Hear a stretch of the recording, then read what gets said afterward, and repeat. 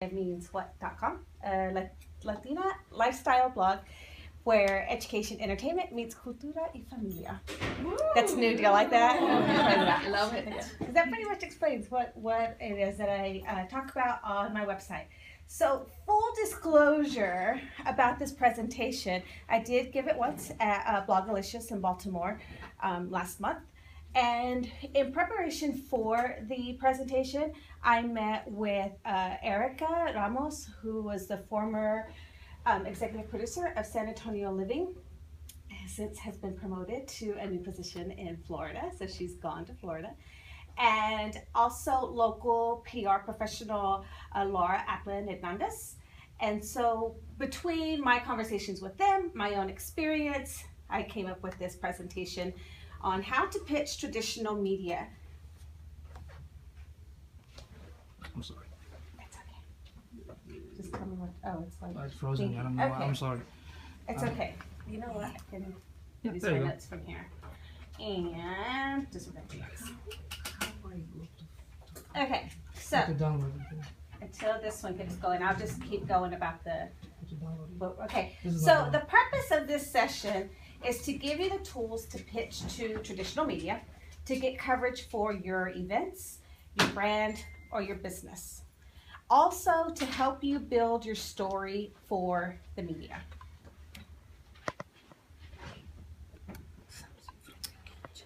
So with all of this talk, this big conversation that we just had right now about live streaming and where social media is going today, you might be asking yourself, well, why would I try to pitch to traditional media? So here are 3 reasons why traditional media is still important and relevant. 1, it gives you credibility. If you see someone on TV, especially your local news, chances are you feel like you know them and that what they're talking about is legit because they're doing it on TV. Perfect. It'll give you a different audience. There are still a lot of people that watch TV or just read the newspaper or listen to the radio, and they're not as active on social media. So if you've been building your brand solely on social media, there is still a different audience that you could reach. They might also be following you on social media, but they'll get a different perception of you when they see you in the media. And you don't need a big budget for traditional media, whereas the way things are going in social media now, while it's still very much, it's still possible for DIY, there's still costs in it. You want to hire a consultant. The tools that we have now, the best ones are no longer free anymore. And I mean, time is money. So there is a lot of time in building your brand and your visibility on social media. So the budget still goes. So a little bit about me in the media. Kim in the media. So this is a photo of me and 2 other bloggers in San Antonio on SA Living. And so one of the reasons that I have been able to be featured on SA Living with other mom bloggers is because it's the first time I did it. I did a good job. And, and I followed up and I stayed relevant enough that when they had panels for moms, I was reliable and I was able to come back. So GAM means what for me, again, is, you know, education, entertainment, culture, and family. So by building my relationships with the show and the people of the show, they knew they could rely on me to come and to speak on those topics or broader topics. And so I became someone that they could use at any point. Oh yeah, now it's like points. So here are some examples of other media that I've been in. The Rivard Report, when I did the panel at South by Southwest, How Latino Moms Are Raising Next Gen Coders. This is me on SA Living Alone, when I was talking about STEM education for Latino students. And then last year, Michelle Cantu, Tori Johnson, and I were featured in San Antonio Magazine as tastemakers because we had something to say about Charles Barkley and what he had to say about San Antonio. Yeah. So you can keep going. This was actually from the same experience. Last year I was chosen as one of the American Latino Expedition influencers, and so we spent a whole week at the Grand Tetons National Park, Grand Tetons in Yellowstone.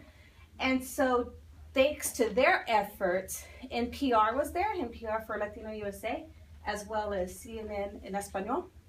So the reason I bring these up, because that wasn't really like my effort to find NPR and CNN in Espanol, but if you go back and listen to the Latino USA piece, the longer version, I'm in there a lot. Like there is a large portion of that where I am talking with the reporter that was there. And I bring it up because that was not something that I was looking for, but when other people were not sharing, I was sharing. I was willing to talk. I was willing to step out of my comfort zone. I was willing to have a voice on this. And therefore, when it was time to produce the piece, she had a lot for me to share, and thankfully she chose to use it. CNN en Espanol. I don't speak Spanish very well. So, but still, the same thing. I was willing to step out of my comfort zone. I was willing to be there. I was willing to give them something that they could use. And so they did. And so I'm not in that one as much. The whole group is, but you do see me there. And so these are some national parts that I've been in. Do any of y'all know Magali Turkana? Okay, so she is the owner of Swept Development, which is a local digital agency for mobile apps, all your digital needs. So the reason that I put her up here, she doesn't know that she's in this presentation. I should tell her that. Is because when I first heard her story, the thing that stuck out to me the most was her story goes a little bit like she left her position at an agency to start her own business. She had some seed money that she was using. She had an idea. She partnered with developers to create this app agency, right? They were developing apps. And at the time, in 2008, apps were not that big. Like, not everybody knew what an app was or how to make it or how they could even get their hands on it. So it was a big step that she was going into. And she's not a developer either, so she's just had the idea for the business. So as she was building the business and whatnot, it came to a point where she only had so much money left. And it was a critical point. It was kind of like, keep going or stop now, right? So she chose to take that money and hire a PR agency with the sole purpose of getting into the media. And it worked. She got featured in national news, local news, and it changed her business around. And now they're a thriving digital agency. So I bring it up because I think it's a great example of what being in traditional media can do for your business. She could have bought ads. She could have built a bigger website and put money into SEO. She could have done a lot of things, but she chose to go with a PR agency, and it paid off for her. So we're going to talk about how to get in the media. We'll answer questions like, what do you have to offer? Where do you find the reporters? What to write in a pitch, and some of the do's and don'ts. So at this point, hold on just a second. I need you to think about I need you to answer these questions for your brand. So if you have a pen and paper, now's the time you're going to use it. But I want you to answer, why do you want to be in the media? So you can do that now. Just think about why you or your brand, or why do you want your event? Why do you want to be in the media? Why do you think you should be in the media? Yeah. The second question is, what do you have to offer?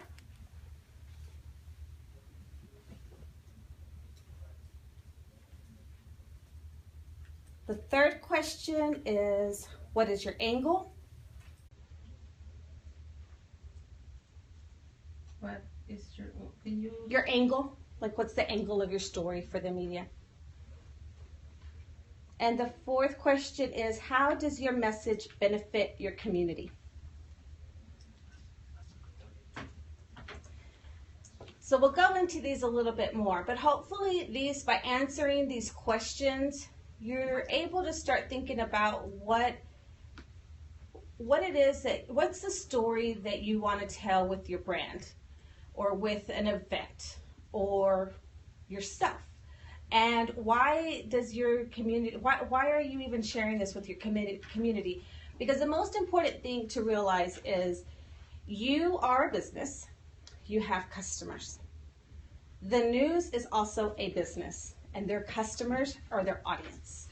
So you have to answer to yourself. You know what you're doing for your customers, right? The ones that you're in direct contact with, things like that. But what do you have to offer the media's audience? Okay. So I want to cover. We'll go back to that in a little bit, but I want to kind of help introduce you to the people that you're looking for, the reporters or the journalists, and maybe get a little bit into what they're thinking. And Marissa, feel free to chime in at any moment. Marissa's been a journalist for, just a couple years. So I'm just a year out of college. Just a year. So she's going to learn something. So some common suggestions for journalists are to get out of your comfort zone. Find a guide in your city. Find a guide in the area that you're going to be covering your beat, right? Like if you're an education reporter, find a guide that's familiar with that area. Know that everyone has a story. And so when journalists think about that everyone has a story, that means that their story can literally be found anywhere. So that's what they're always thinking. What is going to be their next story? How are they going to cover it? What are they going to write about? So a suggestion for them is to look at everybody they know, that they're close to, that they see, that they're associated with. So here are some of the things that they listed on helpingmedia.com. Start with public figures, but expand to include everyone: artists, retired academics, shopkeepers, business leaders, union leaders, a cleaner, a road sweeper. Draw up a list, create a diary, do at least one interview a week. Some may be rubbish and never be used, but others could be explosive. So this is actual advice given to journalists. So do any of you see yourselves in that list? Hopefully, yes. Okay. So what's your story? So that's kind of where we started with those questions. What's your story? If you were to meet a reporter, if a reporter walked in the door and said, I'm going to write a story about somebody in this room tonight, what would your story be? This is also, it's in Yusuf's website, so I'll have it. But these are some of the things and topics that journalists will look to cover as well. Because breaking news doesn't happen every day, right? And everybody can't write the same breaking news story. So they have to find other things, other stories to tell. So like sports, travel writing, gardening, local history, health and beauty, diet and fitness, reviews, fashion, customs and legends, local business, local buildings of interest, arts and crafts, celebrity news or interviews, carnival fairs and festivals. Then this is just a small part of what's listed for topics for a journalist to go out and find to write about stories. So where do we find these people? So the first thing you have to know is know who you're looking for, right? Because it's not going to be the same person at the TV station that's at the radio show that's at the magazine. So in TV, it's normally going to be the producers. There's different levels of them. Your reporters, your assignment editors. Most people are familiar with the anchors because that's who we see on TV, and that's fine. They are a possibility, but they'll most likely send you over to the assignment editor. In print, it's going to be your editors or your editors by section or the news desk. So if you think about our paper, the San Antonio Express News, there's an editor, and then there's an editor for education, and an editor for business, and so on and so on and so on. So for entertainment, right. So that's actually probably your best bet, unless you actually know a reporter, but if you're cold pitching, the editor by section is probably your best bet, because that's what they're in charge of and that's what they're looking for. Not that the other ones won't do or you won't be able to reach them, but that's who I would start with. News desk I would go to, like if you're having an event and they're looking for something to cover, that's where it would go there. Magazines and radio, of course, is going to be your editors and your reporters as well. So a tip is to actually watch the show, read the paper or listen to their show, read their magazine to learn their names. I mean, there's nothing, I would think there's nothing more insulting to an editor or a reporter, and you're trying to pitch them and you don't even know what they're talking about, what their section is, or, you know, were they even on the show yesterday, or did they have something printed last month or anything like that. So it sounds very like, so this was given to me from someone else, and I was like, really? They're like, you would be surprised. So, okay, so where to find the journalist. So today it's very easy. You can go online and look under the About Us. So I did that real quickly for News 4. And you can literally go to their website, and at the bottom of the page, it talks about their team. And you can see right here, it shows who their team is, little picture of them and everything. And it even says connect with them, Twitter, Facebook, email. So literally, it's pretty easy to find them online. Social media, it's covered there. Call and ask the receptionist. So if you've been trying, or you just prefer to reach by the phone, they are generally very helpful and willing to send you to whoever it is that you need to speak to. You can at least leave them a voicemail. You can seek them out at networking events. So one of the ways that I've connected to some of the local media here is by joining the San Antonio Association of Hispanic Journalists. And so I'm more familiar with at least who they are. Not all of those associations will allow non-journalists in there, but as a business owner, there's always an opportunity for you to maybe sponsor or donate something to get a chance to meet these people. Don't use that as leverage. Just it's an opportunity to meet the people. Share your list with other business owners and bloggers. So this is kind of like a Yusuf thing, right? Like Yusuf just gives his stuff away. You know, he gives all. That's what I love about it. I tell people that all the time. And this is kind of that. Like if you know who the food people are, and there's another food entrepreneur, you can share that. They might have contacts that you don't have. You might have contacts that they don't have. But if you can form a relationship with other people that are in your similar industry, you can really use that to your benefit. It's kind of like you both have to give and all of that good stuff, but it's a good way to start. And don't forget about Freelance Journalist. So right now in journalism, things are a little bit crazy. You hear about newspapers and magazines being closed down all the time. A lot of those journalists are doing freelance. That doesn't mean like they're going and publishing their own website. They may be, but they are also freelancing for the major publications. And therefore, they are also looking for stories. Probably they're hungrier than someone who is at the paper because they don't have a news desk phone where somebody's calling them and trying to pitch them. So they're out looking for their stories, probably, I would assume, more aggressively than others because they have to find the story, write the story, and then pitch that to get paid. What's a good way to find them, to find freelance journalists? That's a good question. Google, networking, like honestly, I just, I don't know. Because right now, some of them, what they did, they start become writers. Mm-hmm. So they go to like Writer Access, different sites. Oh, that's actually a good tip. WriterAccess.com, or they go to outsourcing website and they just put the information. Writer Access. Some of them are there, or some of them they go to like Upwork.com. Upwork.com is like an outsourcing website. So you have journalists also there. Upwork? Yeah, Upwork, like working. Upwork. Yeah. .com. Do you guys say something about help a reporter out?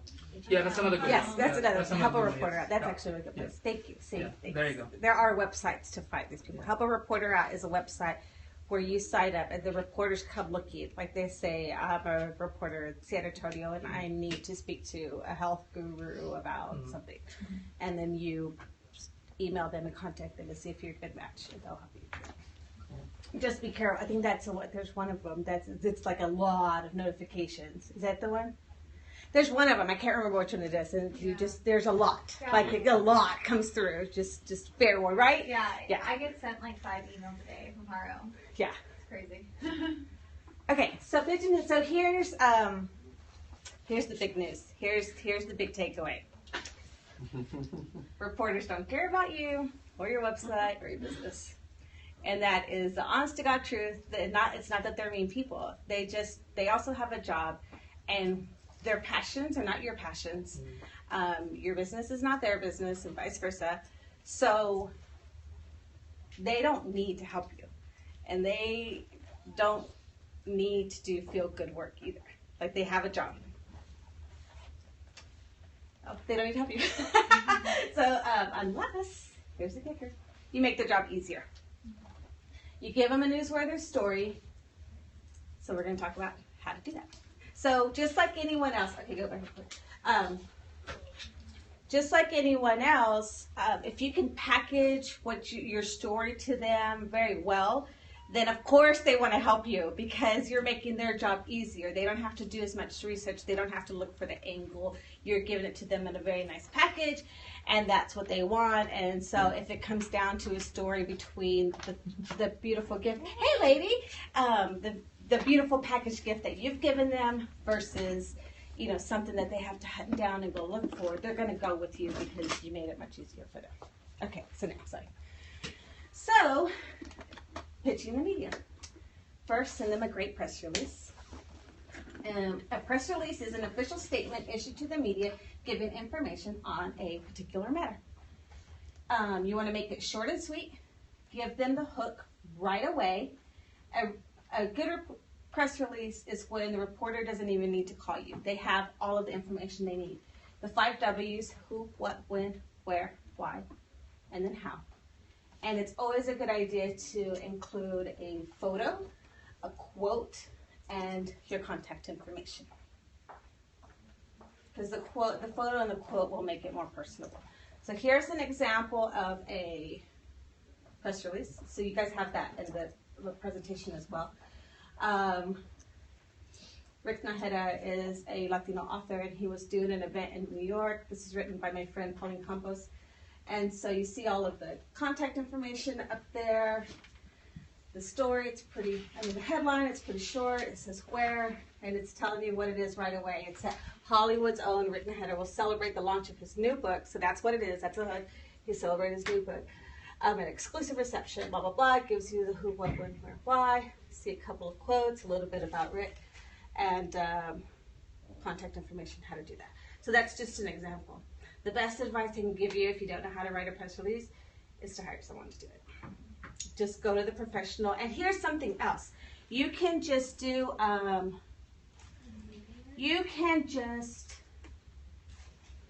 like a little bit, right? Like you don't have to, if you're limited on your budget, right? Like PR people also have their fees, and rightfully so. It's a lot of work.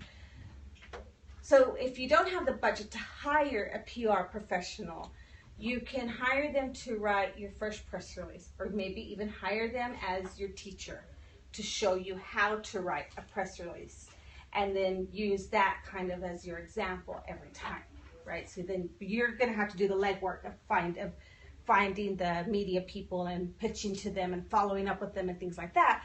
But you get the right person to teach you how to write.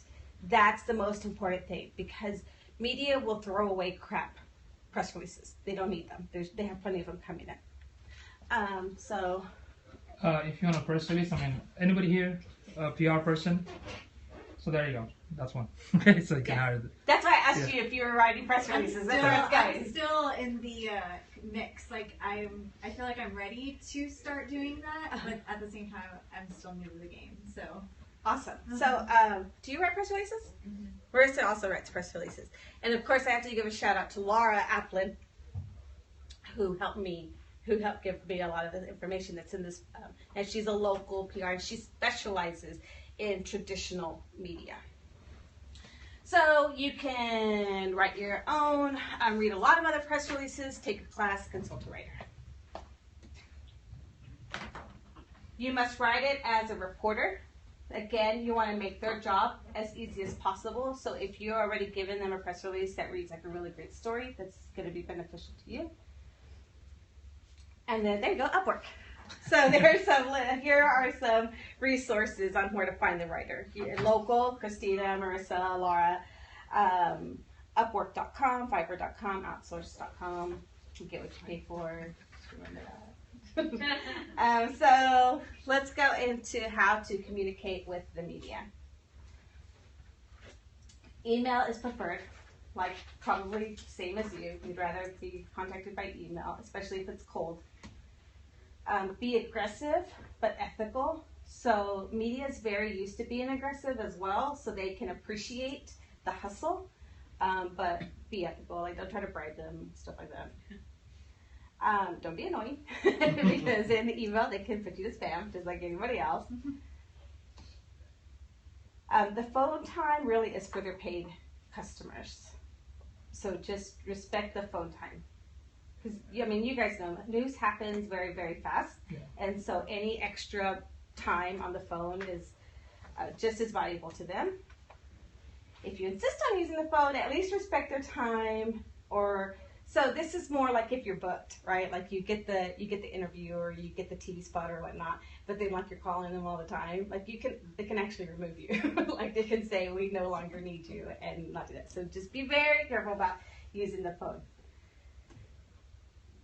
Email weeks in advance, and then follow up consistently until the event. So that's being very aggressive. So we'll get into it a little bit later too, but planning ahead of time, this is where planners win.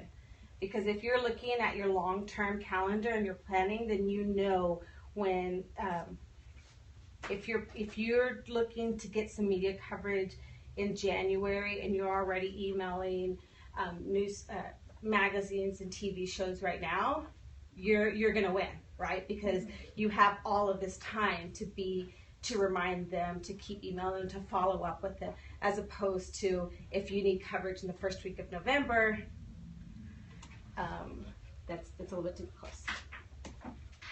Don't expect them to email you and say, oh, we're so sorry, we can't do this, because they just won't. They get a lot of emails just like the rest of us, and so they're not going to, most likely they're not going to say we can't or we won't or even a thank you. So just keep that in mind. So know the deadlines and then communicate accordingly. So kind of like what I said a little bit earlier. So like magazines and TV shows are like months in advance. But weeklies, it can be weekly. Like, I mean, especially if they're looking to fill some space or it's an event that's easy to add, you can do that. You learn when the deadlines are. Like I believe the current goes to print on Tuesday night. So learn those types of deadlines for the publications that you want to be in so that you can follow up with them up until their deadline, because you know that that's when it is. I'm just going to add, don't put attachments in your emails to them. I don't like the attachments. One, they have security concerns, and two, it's just an extra step. So just put everything in the body of the email nice and short. Very good point, yeah, because it's just more time consuming as well. Okay, so you can send them I'm an expert email. So this is something I'm currently doing myself as well. So like kind of reminding the people that I've worked with before, or the media changes positions all the time as well. So as people come out and new people come in, I want to introduce myself to them. So I'll send emails to them, letting them know who I am, what topics I like to talk about, or that they can count on me to talk about, and maybe send them some links to the things that I have done already. So I'm not looking to get in the media like right away, but it's to let them know that, hey, you have an expert if you need one. So if something comes up or a guest on the show cancels, they can come to me and know. Or if there is, I don't know, something in the news that happens. So like say there's some kind of big financial news in the national news, right? And they want to make that story a little bit local. And there has been a local financial advisor who has let them know that they're dependable, they can come on, maybe they've been on a show before. So when that producer is looking at, well, how can we do this? They can go into the files and see who was the guy that said, oh yeah, I'm the local expert if you need one. Call them up and have them do a piece, get a soundbite for them, whatever it is that they need. So those are perfectly normal and expected, and so I encourage you to do that. That's why your story is important. Going back to the beginning, to know who you are and what you have to offer, because so you're going to include pieces of that in the I'm an expert email.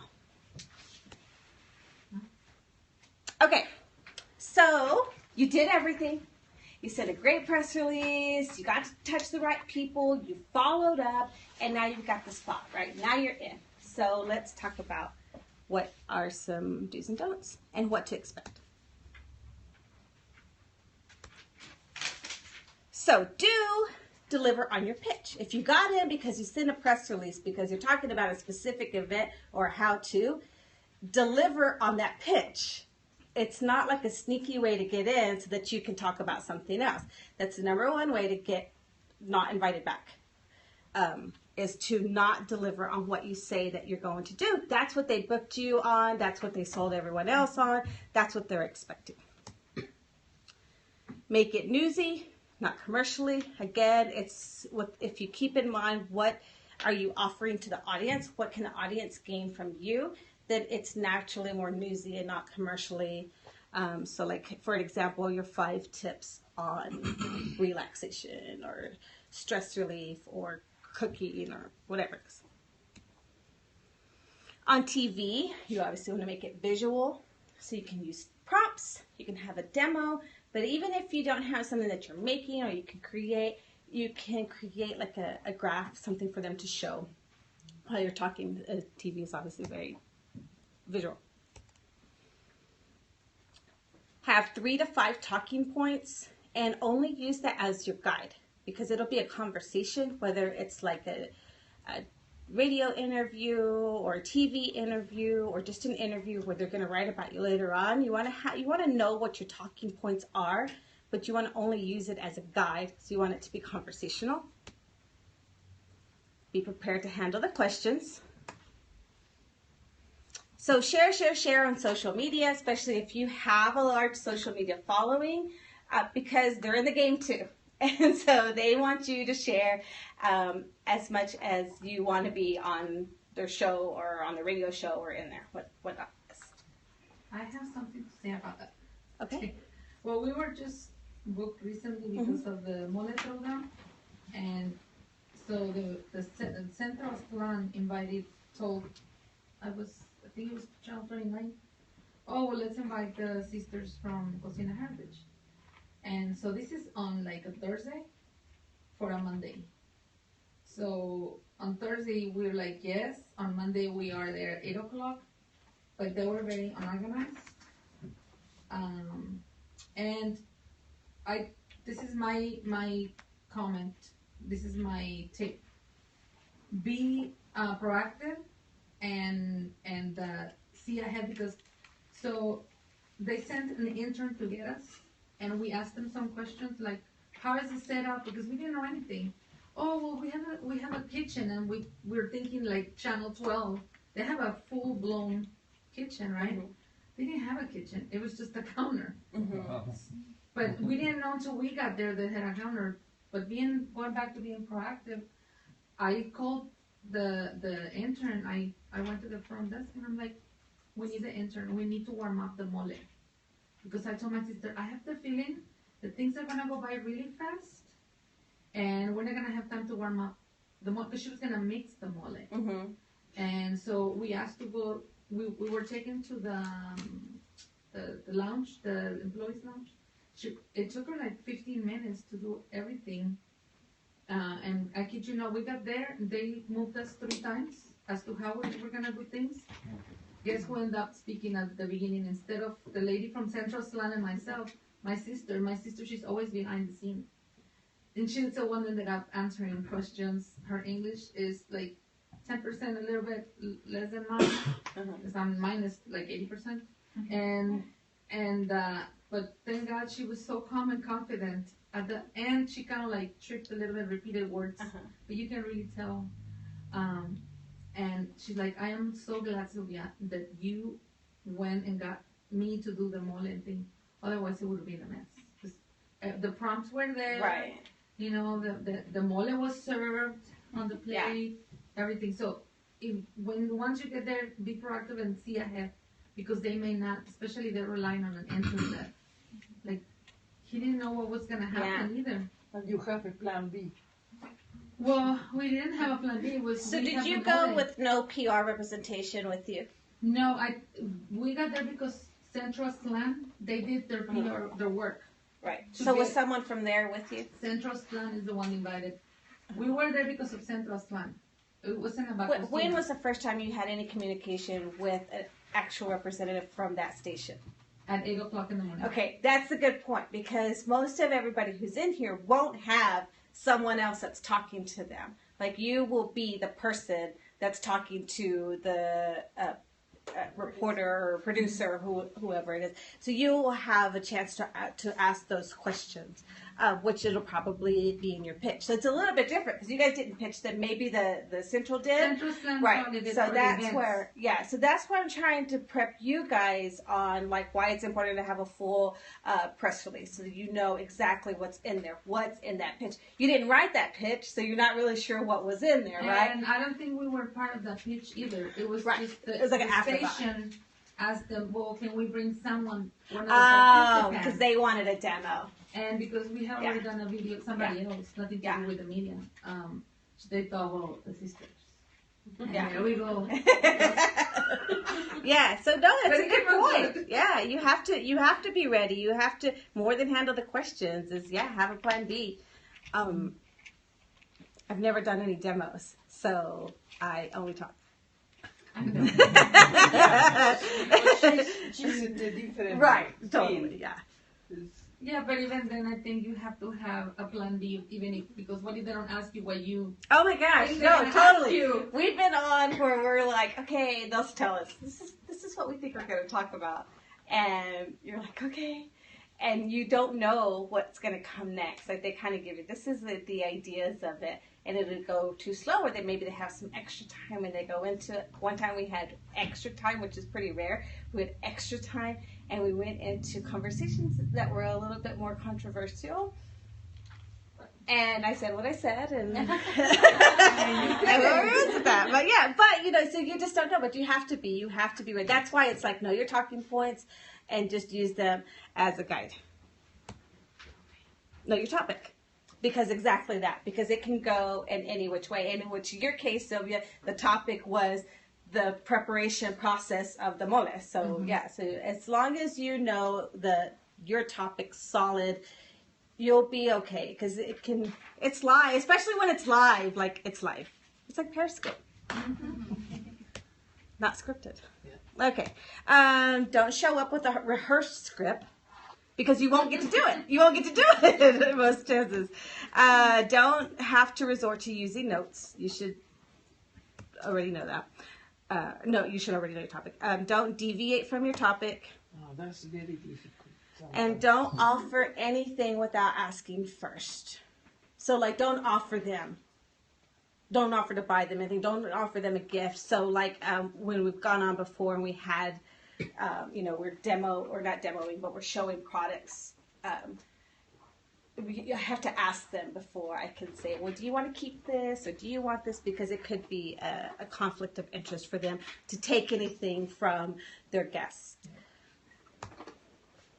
Okay, so here are some things to think about. So it's kind of going right into some example. Your editor or the producer will have the final say on your message. So, and that's that. Like, that's just what it is. It's their audience. It's their game. You're there as their guest. They will have the final say.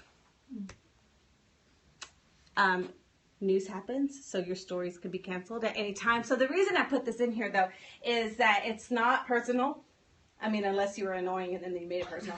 But but don't be annoying, and because your stories could be canceled. But you want to maintain that professional relationship and still follow up with them and offer to come back at another time or anything like that. That's the main reason that is listed, is more to do with the relationship building as to what happens when you get canceled because of something that's not in your control or their control. So they want to build their clip file just as much as you want to get your business featured. So again, going back to the relationships, you guys are business owners, so you already understand the importance of relationship building, and that's exactly what this is. It's all about the relationships. So be professional with them, follow up with them, because they want to have their great news pieces too, just as much as you want your business to be featured in their media. Okay, so follow up on how to become a following up will get you to be a regular. I mean, like I'm talking about like on radio shows or TV shows, things like that. Proper follow up with a thank you. Even if you haven't sent an I'm an expert email, the follow up would be a great time to say that. Like if I'm a DIY blogger and maybe you're on there for Halloween crafts or whatnot, and then you go back and you follow up and say, I'm an expert at these other things, so keep me in mind for February or whatever it is at that point. That's why it's important to use your long-range calendar, because if you're already looking that far ahead, then you can already give them something solid that they can use in the future. Submit early. We kind of talked about this before. It's like why the planners win. This is why. Do you have a long-range calendar that you use? Me, no. I'm a horrible planner. It's true. Okay, well, let me It's hard to tell. Well, thank you, but I'm a horrible planner. Do you have a or does anybody here in the room, because I am done looking for one with holidays, like the other day it was. I was going to actually bring that up. Saturday, and I didn't know until 8 o'clock in the morning. I'm like, what? There's I just use National Days calendar. National Days calendar. National Days. Encore will send you an email with everything. Really? Listen, Who's that? I found it. It's Encore, and they send me an email every couple of days because I was doing the same thing you were doing, and some of them aren't really credible. They're not right. So the Encore one was awesome because I was like, no, I just search for it.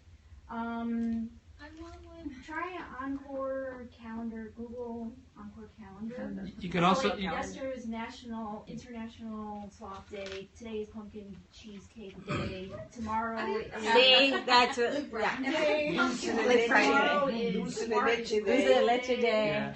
Today was Back to the Future Day. Today was Back to the Future Day. Okay, so that's actually a really good point, because look at how much that was in the news today. Yeah. Like, crazy. With the guy that have it. So what if, like, back in July, you were like, oh yeah, October 21st is Back to the Future Day, and I mean, almost everybody in here could come up with some story angle and pitch that to why they need to be on your show or featured in your magazine or your weekly on October 21st for Back to the Future. It's crazy. Yeah. I was talking to somebody earlier today because I'm like, oh yeah, well, I'm 47 years old, and they're like, what?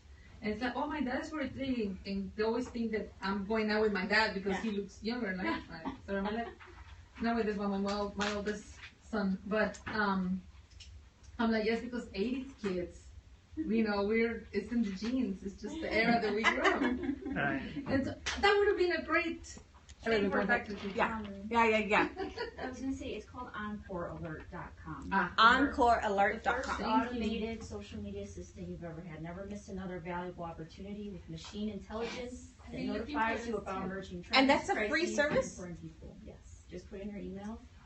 Well, there you go. EncoreAlert.com. Yeah. So, but they send it to you the day of or like the month of? No, I've only been using it for 2 weeks, so I didn't notice what the regularity was, but I want to say it's at least once or twice a week.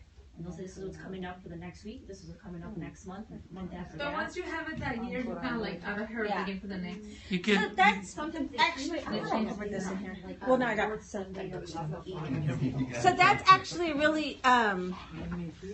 You can also just go to Google and type calendar with holidays. That's it. and they're gonna show up with all the samples and all the website. Just calendar with holidays. That's usually what I Yeah. do, but then I find like crazy ones, and I'm like, is this real? Is this not? accurate. They're not accurate. Yeah, they're not That accurate. really scares me because there was one time we were gonna do something about like take your dog to work day, and we had the post ready to go, and then I was like, you know what, I'm gonna double check, Yeah, and it wasn't. and it wasn't. Yeah. And there was conflicting reports about the day everywhere. I was like, okay, cutting the post, not doing Yeah. it, and then all of a sudden it was take your pet to work day 2 weeks after that. I'm like, where did this That come recently from? happened with National Daughter Day.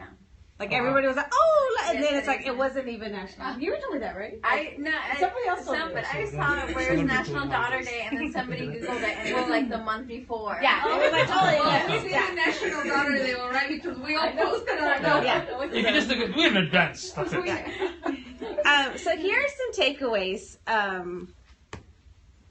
One is to always be ready. So by using a long-term calendar, then you'll always be ready for that. But also always be ready in the sense of knowing what your message is. So again, going back to answering those questions and to really putting that down. It's almost like your elevator speech kind of in a way, but a little bit longer as to like why somebody would want to write a story about you or your brand or your event. So my example of this was like when Michelle and Tori and I did that whole Charles Barkley thing. Well, I mean, we were ready for it. You know, we were already talking about things that happened on our blog. Like our blogs were about current events, and then it was San Antonio, and it was about San Antonio women, and so we were ready. Like there was Tori that wrote the press release, and then we just kind of got the blogs together, and then we just did a push, and then that's how we were on several different, I mean, first the social media, right? Like there was a lot of tweets with the hashtag and all of that, but outside of the social campaign, we were in the Brevard Report. We were mentioned in the my essay. That's my only mention in the Los Angeles Times. And those people picked it up, and then the magazine came for that. But had we not been, excuse me, already using our voices for similar things, we would have missed the boat. Or if we weren't paying attention to what was happening, we would have missed it, and we wouldn't have had that exposure. So luck is what happens when preparation meets opportunity. Okay. Oh, that was my next one. So stay on top of current events. So know what's happening for your industry. Know, like the example I gave about the financial stuff, so what if the producer didn't want to do it, but the financial advisor saw what was happening in the news and shot an email to the producer, to the reporter, and said, do you want to make this local? Then, they would miss it if they didn't see that. If they weren't staying on top of current events. So, like, you can use, you check your news wherever you check your news, right? Like, however you get your news. I like Twitter and Google Alerts. But however anybody gets their news. We're talking about being in the media. So, you get your news however you get your news. But if you can ever make a national story, a local story, that's when you use those resources to your advantage and go that way. And then make yourself the expert, the guide, the top resources. Like we talked about in the beginning, the advice that's given to the journalist is to find these people. So you're it. This is the guide. These are the guides. These are the top resources. You guys are the experts. And so just make yourself that person. And those are the people that get in there. And that's it. And that's me. And that's how you can find me. That was Thanks, all. I think that was... I have a question. Yeah. This might be crazy, but does anyone know of a cheaper version of Precision? Mm-mm. No. No. Version of what? Precision, you don't even want to know about it. Because it's so wonderful, but it's like big bucks. Yeah. So What does it do? It All right, folks. Thank you for waiting. So we are done. If you have any question, don't leave the question on the comment, and we'll check it out through the Twitter. Thank you so much for staying. I'll be back tonight. Thank you. Hey, what's going on, brother? See you. I'll see you later.